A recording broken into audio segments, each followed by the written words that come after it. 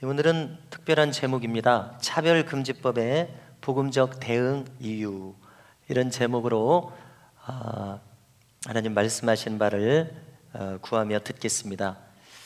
오전에는 산상순의 팔복을 통해서 우리가 표어로서 이야기를 한다면요, 나를 이기고 죄를 이기고 예수님의 성품을 담는 그것을 추구했다고 할 수가 있겠습니다. 그런데 이 오후 시간을 통해서는 차별금지법을 왜 우리가 반대해야 하느냐, 복음적으로 어떤 근거를 우리가 가질 수 있느냐를 살펴서 올 한 해 우리가 믿음의 선한 싸움을 싸워야 될 텐데요, 세상을 이기고 마귀를 이기는 그러한 성경적 근거와 방법을 잠시 다루고자 합니다. 차별금지법, 평등법이 수립되지 않도록 우리가 기도를 그동안 해오고 간간히 내용을 나눴었습니다마는 우리는 그냥 조용히 신앙생활하고 싶어하는 사람들입니다. 저도 이런 것 관여하지 않고 옛날 목사님들처럼 은혜롭게 말씀 나누고 새벽 기도하고 조용히 경건 생활하면 그것으로 족한 그런 생각을 가지고 있습니다. 그런데 신사참배 시기에 많은 경건한 목사님들이 고초를 당했던 것처럼 이 시대에는 또 이 시대에 주어진 우리의 신앙의 과제가 있음을 깨닫게 됩니다. 존 번연도 복음적인 메시지를 전했다는 이유로 철로역정이 감옥에서 쓰여지지 않았습니까? 10년 이상 감옥에 갇혀 있어야 했습니다. 바른 복음을 전한다는 이유로요. 이렇게 믿음의 선진들은 자기들의 시대에 믿음의 선한 싸움을 싸웠었습니다. 자, 오늘 본문에서 말세에 고통하는 때의 현상을 설명합니다. 가만히 보면 예수님께서도 내가 올 때에 믿음을 보겠느냐 말씀하시고 많은 사람의 사랑이 식어지리라, 불법이 성함으로 식어지리라, 그렇게 말씀하셨는데요, 여기 사도 바울도 여기 지금 디모데후서죠, 여기서도 이야기하고 또 로마서 초반부에서도 이야기하는 거 반복해서 이야기하고 있습니다. 자, 사도 바울이 이렇게 이야기하는 것을 우리가 방금 읽었을 때에 이것은 먼 나라 이야기가 아니라 지금 우리가 경험하고 있는 것을 다 느끼셨을 것입니다. 이 시대가 말세처럼 느껴집니다. 무엇보다도 사람들이 자기를 사랑합니다. 자기만을 생각하죠. 그래서 자기 좋은 대로, 하고 싶은 대로, 생각나는 대로 살아갑니다. 그래서 진리, 절대적인 진리란 것은 없습니다. 진리를 상대화하고 믿음을 가진 사람들도 타 종교에 진리가 있는 것처럼 기웃거립니다. 신학교에서부터 앞장서서 그렇게 가르칩니다. 성경을 무시합니다. 그리고 교만합니다. 자기가 똑똑한 줄 압니다. 이 세상에서 주는 생각들 다 받아들여서 성경보다 위에 놓고 살아갑니다. 심지어 믿는 자도 그렇게 합니다. 부모를 거역합니다. 권위가 무너져 버렸습니다. 자, 제가 90년에 고등학교를 졸업을 했는데요, 아마 어른들도 다 같은 말씀을 하시는 것 같아요. 신세대가 나타날수록 권위가 무너지는 것을 경험합니다. 쉽게 말해서 버릇이 없다고 하는데 점점점 젊은이들로 갈수록 버릇이 없어지는데, 그것은 간단하게 요약하자면 권위를 무시하는 세대가 되어가고 있다는 것입니다. 또 거룩하지 않습니다. 온갖 죄악에 빠져 있습니다. 선한 것을 좋아하지 않습니다. 순진하다고 하고 무시합니다. 쾌락을 사랑하기를 하나님 사랑하는 것보다 더합니다. 이 시대의 모습을 그대로 보여주고 있습니다. 그래서 구체적으로 현대사회에서 그 구체적인 현상으로 동성애가 만연하고 있습니다.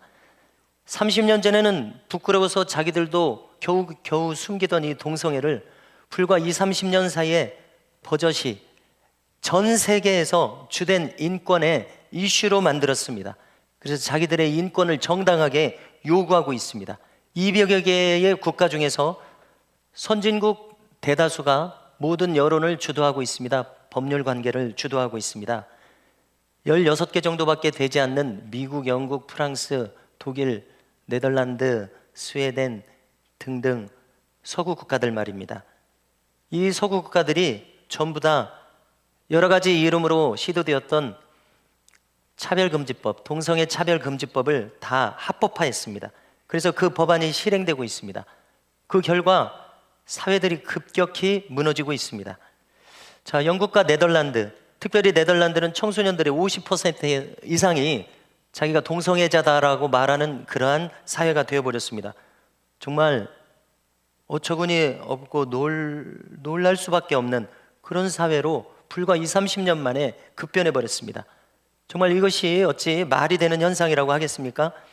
최근 핀란드 국회에서 통과된 법이 충격을 줍니다. 불과 2주 전입니다. 한번 거론했었는데요. 화면 한번 보여주십시오.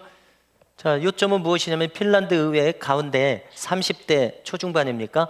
여성 총리죠. 그래서 나이트에서 춤추다가 사진 찍혀가지고 몇 개월 전에 망신도 한번 당했었습니다.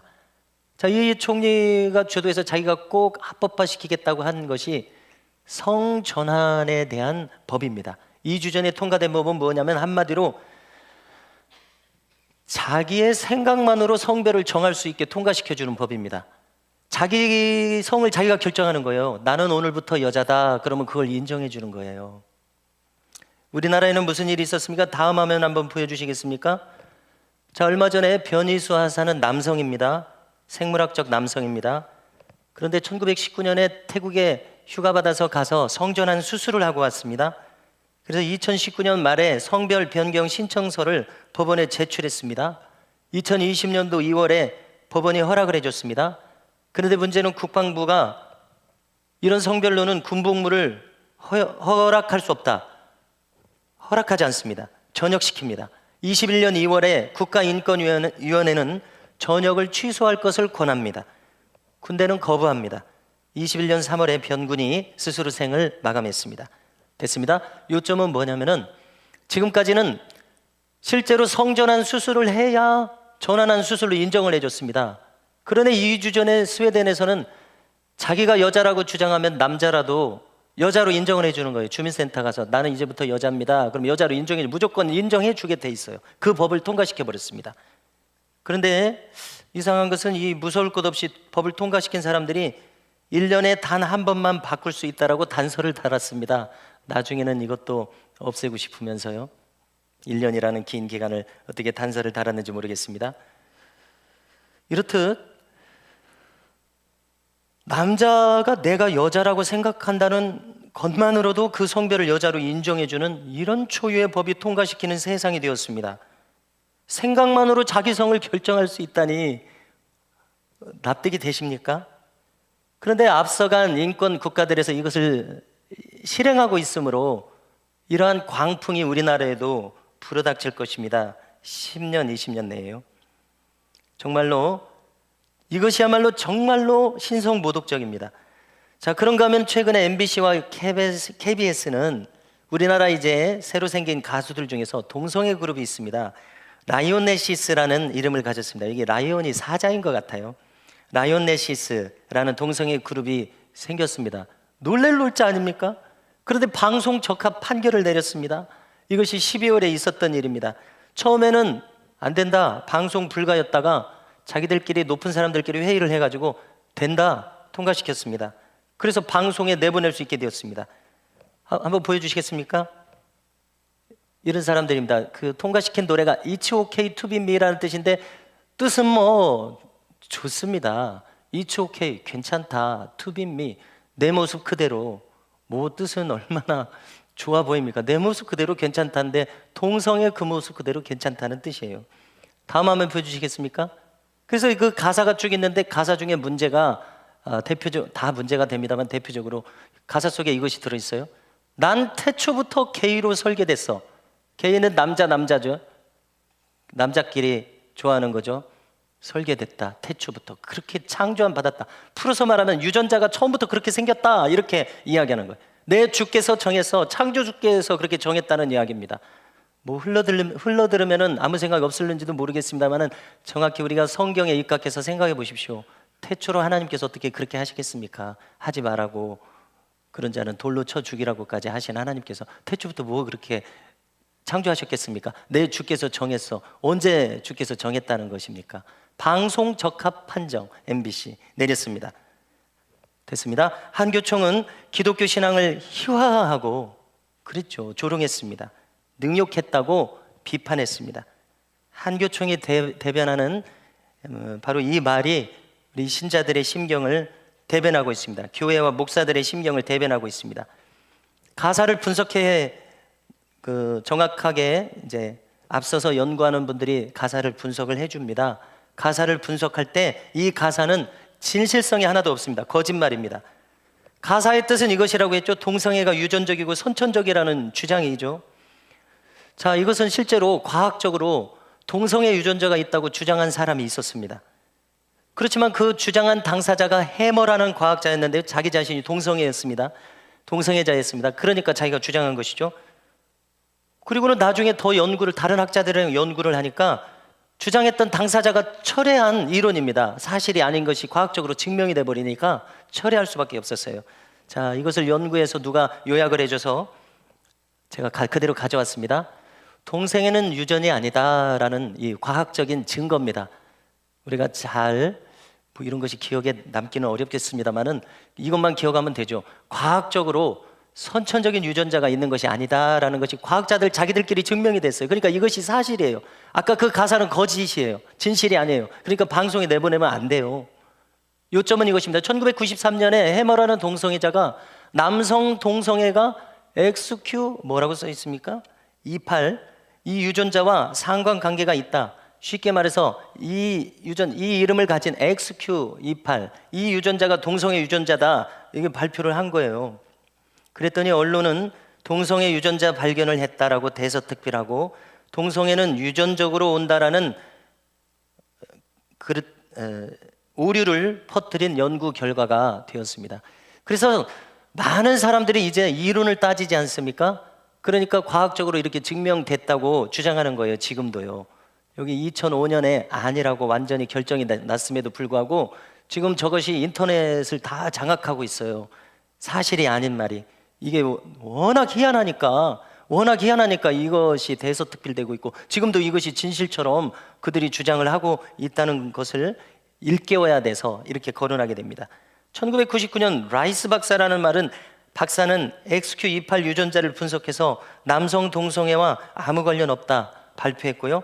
2005년에는 주장했던 당사자 해머 자신이 포함된 연구팀이 더 많은 사람을 조사해서 남성 동성애와 XQ28 유전자가 아무 관계 없다 증명이 돼서 결론이 내려졌습니다.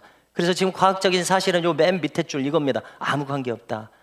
선천적으로 유전자가 있는 것이 아니다. 동성애. 다음 화면 보여주십시오. 자, 더 깊은 연구가 2012년에 드라반트 라는 학자에 의해서 연구가 되었습니다. 23,874명의 사람을 조사했는데 그 중에 이성애자는 77%이고 동성애자는 6%. 동성애자도 거기 들어있어요. 조사한 결과 동성애 유발 유전자를 전혀 발견하지 못했다 기록이고요. 2019년 47만 명, 대단히 많은 사람들이네요. 이상을 대상으로 연구한 결과 동성애 유발 단일 소수 유전자는 없다고 발표합니다. 벌써 이렇게만 말해도 어려워서 머리에 쥐가 나려고 그럽니다. 아무튼 그런 유전자 없다는 뜻이죠. 됐습니다. 과학적인 사실이 위와 같은데 공영방송에서 동성애는 태초로부터 창조되었다, 유전자가 있다라는 의미를 가진 이런 주장의 가사를 내보내는 것을 방송 적합 판정을 내렸다는 것입니다. 그러므로 우리는 사실에 근거해서 이것은 부당하다. 그래서 앞서서 행동하는 분들이 MBC 앞에 가서 지금 한 주 전인가요? 그렇게 시위를 했습니다. 수도권 교회 단체들이 그렇게 시위를 했습니다. 찾아보면 한 2시간 이상 그 시위한 현장이 있죠.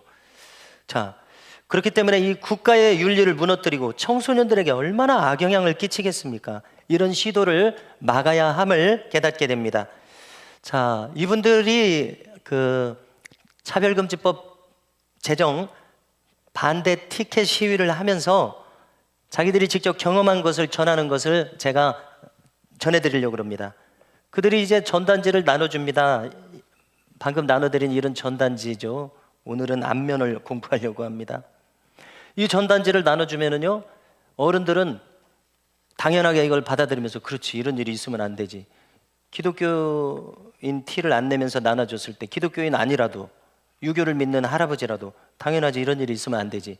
청년들, 장년들 다 호응을 하고 이런 일이 우리나라에서는 있어서는 안 된다고 합니다. 그런데 문제는 무엇이냐면 중학생들, 고등학생들까지는 받기까지는 하는데 초등학생들은 북북 찢어버린다는 거예요. 무엇을 나타내냐면요, 잘 들어보십시오. 그들이 이미 유치원하고 초등학교 교육을 받으면서 밑바닥에서 동성애는 정당하다는 그런 교육을 받아온 것입니다. 그러니까 이게 말이 안 된다고 이걸 찢는 거예요. 생각해 보십시오. 우리의 손주, 손녀들이 이런 교육을 지금 받고 있다는 것을 상상이나 해보셨습니까? 우리가 지금 나누는 이 내용은요, 저나 우리 장년, 노년 성도 여러분들께는 별로 필요 없는 내용이에요. 우리는 이런 세상을 살아오지도 않았고 이런 해괴망측한 것 뭐 두 번도 생각하고 싶지 않아요. 이 시간에 이런 생각을 가지고 싶지 않아요. 그러나 문제는 무엇이냐면 우리 후손들이 이런 세상을 맞이하도록 세상이 급변하고 있기 때문에 나누게 되는 겁니다. 우리의 신앙의 계승이 달려 있기 때문에 그렇습니다. 홍모 연예인의 경우를 한번 보겠습니다. 이 홍모 연예인은 1971년 저하고 친구예요. 일론 머스크도 저하고 친구인데 돈은 그렇게 많은데 생각이 좀 많이 잘못됐습니다. 벌써 아내가 몇 명입니까? 5명인가 그렇죠. 한번 보여주시겠습니까? 이 홍모 연예인은 저하고 친구예요. 자기는 나한테 친구라고 안 하겠지만은, 자, 이것은 무엇이냐면은 연애 프로그램에서 배변 건강 문진표인데 우리가 잘 아시는 듯이 남남 동성애자이지 않습니까? 그래서 이제 변을 넣기 위해서 화장실에 가서 어떻게 자기 일상생활이 되냐라고 할 때 하루에 12번에서 15번을 가는데 10분 동안 화장실에 있어야 된답니다. 그래서 이런 모양의 변을 본다는 것인데, 이제 물동 언어 순환을 할 수가 없어요. 그 다음에 이렇게 점점점 흐르는, 뚝뚝 떨어지는 이런 모양의 변을 본다는 거예요. 그 다음에 뭘 써야 되냐면 물티슈로 써야 된다는 거예요. 조심조심해서. 됐습니다. 간단하게 다루겠습니다. 중학교 때 강제로 동성 험한 예를 당했었다는 것입니다. 그러면 험한 예를 당했으면 자기는 바르게 살아가야 될 텐데 자기도 똑같이 그런 사람이 돼 있어요. 그리고 방송에서 미화되어서 안타깝습니다. 자, 방금 생각을 해보면요, 다른 건 다 차치하고서라도 10분 동안 12번에서 15번 하루에 화장실에 있어야 된다면 2시간에서 2시간 반, 부지런하게 자기의 삶을 살아야 할 젊은이가 2시간 반을 화장실에 있어야 된다고 생각을 해보면요, 얼마나 낭비가 되는 인생인가 생각을 하게 됩니다. 그리고 이제 상식으로 아실 것 같습니다만은 이거 무슨 증상입니까? 요실금처럼 변실금으로 평생 사는 거예요.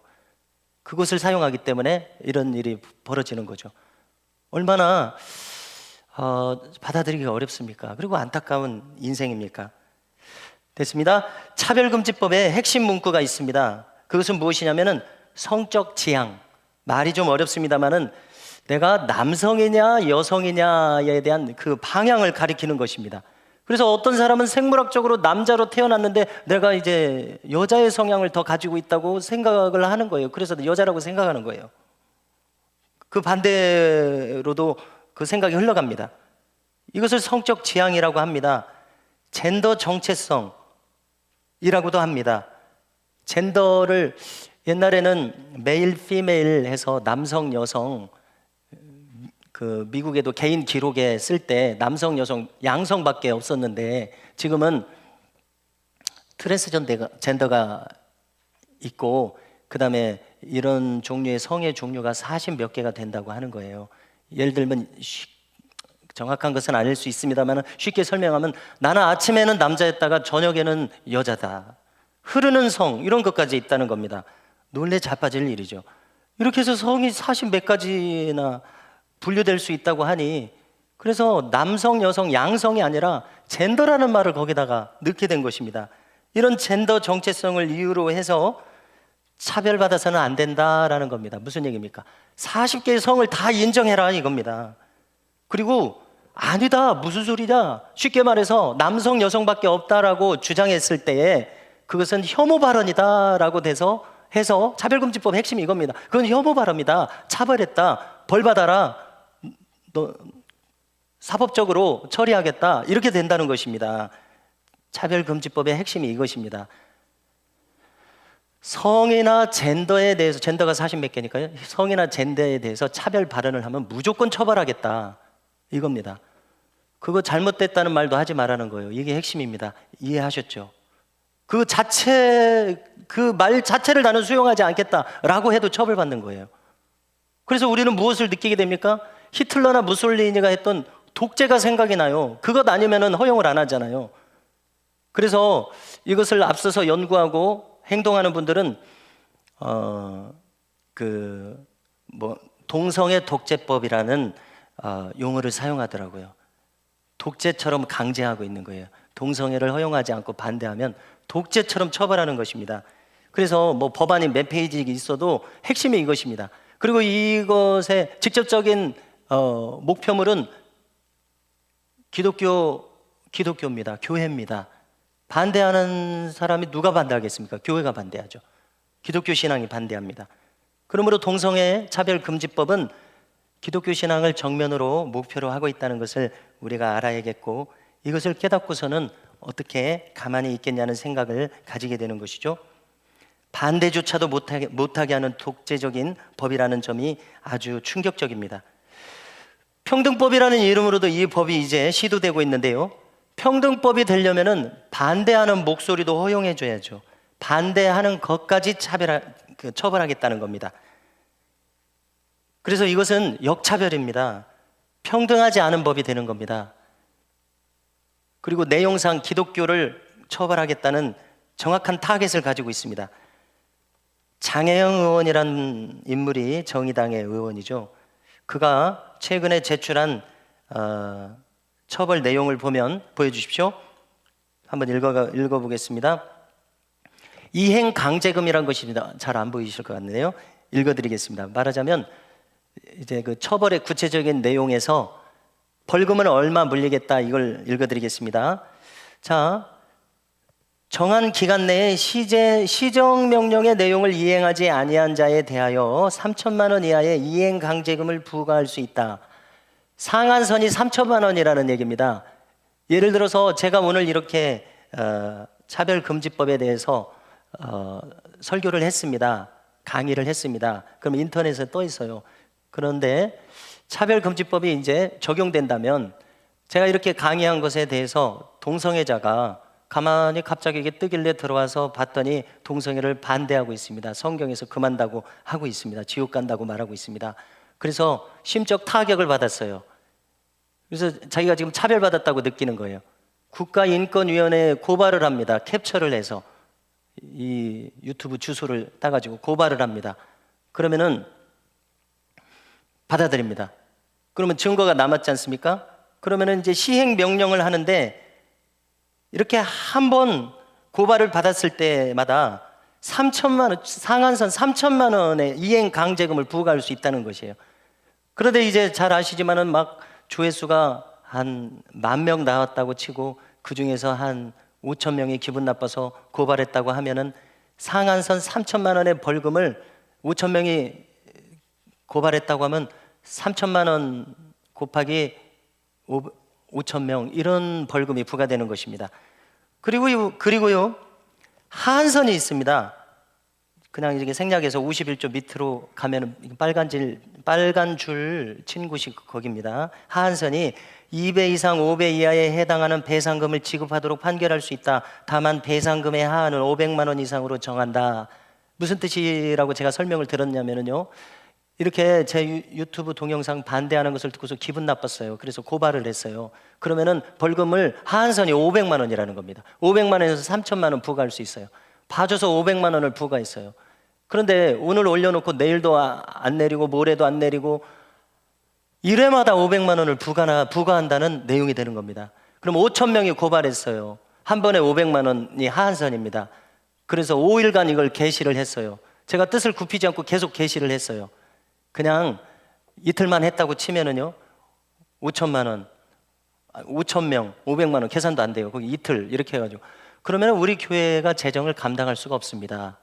목회 활동이기 때문에 교회에서 재정을 감당하자고 말씀하실 것 아닙니까? 그러면 이것이 한두 푼이어야죠. 그러면 당연히 무슨 이야기가 나오겠습니까?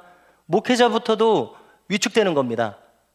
그리고 재정을 결정하시는 장로님들, 집사님들께서 목사님 이렇게 하지 마십시다. 교회가 즉시 파산되게 생겼습니다. 이 말이 당장 나오죠. 그렇죠.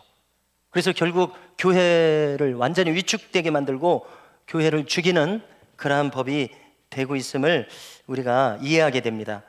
그러므로 성경대로 가르치려면은 물리적으로, 재정적으로 전혀 감당이 안 되는 그런 세상이 되어버린다는 것입니다. 자, 이것만을 보더라도 차별금지법 제정은 무조건 막아야 합니다. 전 세계 200개 국가가 있죠. 그런데 선진국인 열 몇 개국 그 국가들이 선도함으로써 전 세계가 이 흐름 속에 들어갔습니다. 서구 기독교 국가들이 전부 다 법안을 찬성해서 이 법을 시행 중입니다. 그래서 아까 네덜란드 예를 들었지만 영국도 비슷합니다. 그래서 영국 사회의 윤리 도덕이 완전히 망했습니다. 그들은 무지개 퍼레이드라는 것을 합니다. 무지개 퍼레이드라고 하는 것은 무지개 그 6색깔 무지개가 동성애를 상징하는 깃발이지 않습니까? 그 퍼레이드를 무조건 해야 돼요. 이제 법이 통과를 했기 때문에. 그런데 믿는 사람은, 믿는 사람의 아이들은 하고 싶지 않을 것 아닙니까? 안 합니다. 그러면 불이익을 받는 거예요. 또 직장에서 쫓겨납니다. 그래서 제가 이번에 거룩한 방파제 세미나에 갔더니 안드레아 윌리엄스라고 하는 영국 변호사가 이런 차별금지법에 의해서 고발당한 분들의 변호를 서고 있으시더라고요. 그리고 이런 활동을 아주 오랫동안 해오셨고 한국에도 이러한 정보를 주기 위해서 주강사로 오셨더라고요. 그러면서 무슨 구체적인 사례들, 작년에 있었던 사례들을 얘기를 하냐면은 은행이나 병원에서 직원이 십자가 목걸이를 하고 있잖아요. 그러면은 이거는 기독교 신앙이 아닌 사람들에 대한 차별이 되는 거예요. 그 조항에 들어가는 거예요. 그래서 직장에서 이걸 떼든가, 직장을 다니려면 이걸 떼든가, 아니면 이걸 계속 하겠다고 고집하면 직장을 못 다니는 겁니다. 또 구체적으로 무슨 일이 있었냐면은 기독교 학교, 고등학교 교목입니다. 그래서 동성애는 성경에서 지지받지 못한다라고 가르쳤을 때, 학생이 고발을 했을 때 그가 교목에서 파면당해야 했습니다.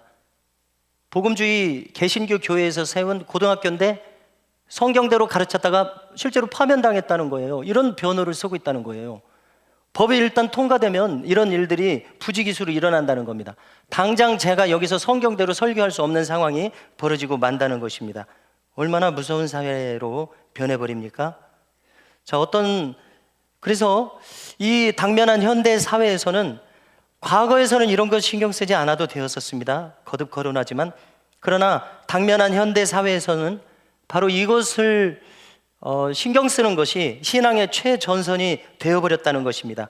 그래서 이것을 막기 위해서 신경을 쓰고 이렇게 내용을 나누고 연구하고 또 필요하면 행동을 하고 기도를 하는 것이 이 시대에 믿는 자의 사명으로서의 부르심이 되고 있다는 것입니다. 자, 어떤 목사님이 거룩한 방파제 이 세미나에 와서 이렇게 말을 해서 제 뇌리에 계속 남아 있습니다. 오늘날은 이것을 반대하는 피켓을 들고 서 있는 것이 복음 전도입니다 라고 외치시는 거예요. 노아 시대를 보십시오. 노아 시대에는 홍수가 이제 올 것이니까 정신을 차리고 방주에 올라타라는 것이 복음 전도였다는 겁니다. 예수님 세례 요한 시대에는 회개하라 천국이 가까웠다고 외치는 것이 복음 전도였다는 겁니다. 그런데 자기가 생각해 보니까 지금 이 시대는 차별금지법을 반대한다고 선언하고 다른 사람들에게 이것을 알리는 것이 복음 전도라고 깨달았다고 말하시는 것을 들어봤어요. 그래서 제가 그 말을 지금까지도 제 속에 남겨서 곰곰이 생각하고 있습니다. 과연 그럴까? 이제 봄이 되면 우리 교회는 나가서 기타도 치고 전도지도 나눠줘서 전도를 해야 될 텐데, 코로나도 이제 끝났다고 봐야 되니까 전도를 해야 될 텐데, 이것은 물론 전도죠. 이것이 전도인데, 그런데 차별금지법 반대를 하는 것이 곧 이 시대의 전도라고 할 수 있을까? 정말 그렇다면 우리도 나가서 차별금지법 반대 시위 피켓도 들고 이 전단지도 나눠주는 일을 해야 할 것이라는 생각을 하게 됩니다. 어떻게 생각하십니까? 우리 교회도 이것을 연구하고 과연 이 부르심이 우리에게도 있다면 우리도 동참해야 될 것이다, 이런 생각을 하게 됩니다. 제가 오늘은 이 앞면을 공부하려고 그랬는데 벌써 시간이 많이 갔습니다. 한 2개만 공부를 하겠습니다. 나머지는 나중에 하겠습니다. 맨 앞에 것을 한번 보실까요? 아파트 분양을 한다고 되어 있어요. 자기야 우리도 이번에 신혼부부 특공을 넣자. 근데 남남이에요. 남자 부부예요. 차별금지법이 통과돼서 남자 부부가 인정이 됐어요. 특공이 뭡니까? 제가 특공이 이해가 안 돼요. 특별 공급인가요? 특별 분양권 같은 거요. 그리고 이쪽 여자 커플이 우리도 드디어 혼인신고가 되어서 특공을 넣자. 동성 커플에게 혜택을 줍니다. 그랬더니 뒤에 한부모보다 먼저 혜택을 받고 있네. 남녀 정상 커플이죠. 우리 차례는 언제 오는 거야? 이렇게 될 수가 있다는 것입니다. 오른쪽 볼까요? 웰컴 에이즈 환자 땡큐. 이 나라는 우리들 천국이야. 에이즈 치료비 100% 지원. 이것은 현재 시행되고 있다고 합니다. 교통비도 준다네. 제주도에서 서울로 에이즈 치료 받으러 가면 비행기 값도 다 주는 거예요. 지금 시행되고 있다고 합니다. 이미 차별금지법이 통과되지 않았는데도 이미 시행되고 있다는 거예요. 이런 특별 혜택을 받고 있어요. 놀랍죠? 1인당 월 200에서 500만 원을 지원한다. 이것은 법이 시행되면 이루어지는 것인지는 모르겠습니다. 이와 같이 나머지 내용들은 다음 기회에 살펴보겠습니다. 궁금하신 분들은 한번 살펴보십시오. 다음 화면 한번 보여주십시오. 네, 다음 화면요. 올바른 상식위원회. 자, 교회에서 그 심각성을 자각하고 이 반대 운동만을 위해서 헌금을 모집을 해서 교회 이름으로 하지 않고 올바른 상식위원회라는 시민단체 이름으로 만들어서 이것을 하고 있는 것이더라고요. 그래서 제가 이것을 여러분들에게 나눠주게 된 것은 나도 하겠습니다 하고 제가 신청을 했어요. 개인 자격으로. 그랬더니 이것이 2만 분과 3만 분과 와서 목양실에 이렇게 쌓여져 있습니다. 그리고 이것은 큰 피켓입니다. 저도 신청을 해서 2개가 와 있어요. 나도 참여하겠다고 이렇게 와 있습니다. 이것의 심각성에 참여하겠다고 자발적으로 헌금한 분들이 이렇게 한 거예요. 우리 교회에서 만들려면 얼마나 힘들겠습니까? 많은 재정이 들겠습니까? 그런데 신청만 하면 무료로 이렇게 보내줘요. 그래서 고맙게도 이걸 그대로 활용하면 될 것 같아요. 우리가 참여한다고 하면은요. 피켓도 신청했더니 그냥 무료로 보내줬어요. 그 내용을 한번 살펴보겠습니다. 일목요연하게 무슨 내용인지. 자, 첫 번째 내용을 보니까요. 뭐라고 되어 있습니까? 자국민을 역차별하는 나쁜 차별금지법 절대 반대. 그래서 그러니까 이제 외국인들도 둘째 문제지만 자국민을 역차별한다는 것은 동성애자들 인권을 옹호해주기 위해서 저와 같이 평범한 우리 일반 시민들을 역차별하는 그런 법이 되고 있다는 것입니다. 어떻게 이것이 가당키나 하겠냐는 것이죠. 또 오른쪽 것을 보면 모르면 찬성. 왜냐하면 이름이 너무 좋잖아요. 차별금지. 그렇지, 차별하면 안 되지. 나쁘다고 말하는 사람 아무도 없어요. 그러다 그 내용을 아니까는 내용은 뭐냐면은 완전히 국가의 도덕을 무너뜨립니다. 청소년들의 교육을 망칩니다. 오히려 그 사람들이 하자는 대로 그 사람들을 위한 독재가 돼버립니다. 교회를 무너뜨리고 진리를 무너뜨립니다. 그러니까 알면은 반대하는 법이 되는 것입니다. 특별히 여성과 아이들의 안전을 위협하는 나쁜 차별금지법입니다. 여기 뒤에 이제 지금 볼 시간은 없습니다만은 여자로 인정된 남자가 여자 화장실에 가고 여자 목욕탕에 갑니다. 실제로 있었던 일입니다. 그래서 사람들이 다 뛰쳐나오는 거예요. 그런데 우리나라도 그렇게 될 수 있다는 것입니다. 그래서 여성과 아이들의 안전이 제일 위협을 받는 그런 법입니다. 반대. 다음 화면도 한번 보여주십시오. 포괄적 차별금지법은 입닥쳐법이다. 독재적인 내용을 담고 있다는 이야기겠죠. 반대만 해도 처벌받아라. 내용이 이거라고 말씀드렸습니다. 포괄적 차별금지법은 자유탄압법이다. 그렇습니다. 반대 의견 표명하는 것까지도 못하게 하니까 이건 역차별이 되고 있습니다. 인간의 자유를, 양심의 자유를 탄압하고 있습니다. 다음 화면 보여주십시오. 네, 포괄적 차별금지법은 이렇게 국민들끼리 대립하게 만드는 그러한 법이 되고 있습니다. 옆에 이제 전단지고요. 됐습니다. 이렇게 나눴습니다. 자, 성도 여러분, 그래서 오늘은 포괄적 차별금지법이 왜 심각한지에 대해서, 왜 성경적으로 우리가 반대할 근거를 가지고 있는지에 대해서, 만일 이것이 이 시대의 부르심이라면 우리도 나서야 하지 않겠느냐에 대해서, 또 우리가 기도로서 동참해야 하지 않겠느냐에 대해서, 또 우리의 후손들을 생각할 때에, 이 한국 사회를 생각할 때에 참으로 심각한 일임으로 우리가 기도하면서 대처해 나가야 하겠다는 것에 대해서 나눴습니다. 자, 이것에 대해서는 차차 필요할 때마다 또 다루겠습니다. 매번 다루면 저부터도 피곤해요. 그리고 관심도 없는데 이런 흉악한 내용을 다루는 것은 너무나 힘듭니다. 그렇지만은 이 시대의 부르심이라면 참여해야 하겠기에 필요할 때마다 간간히 필요성이 있을 때마다 다루겠습니다.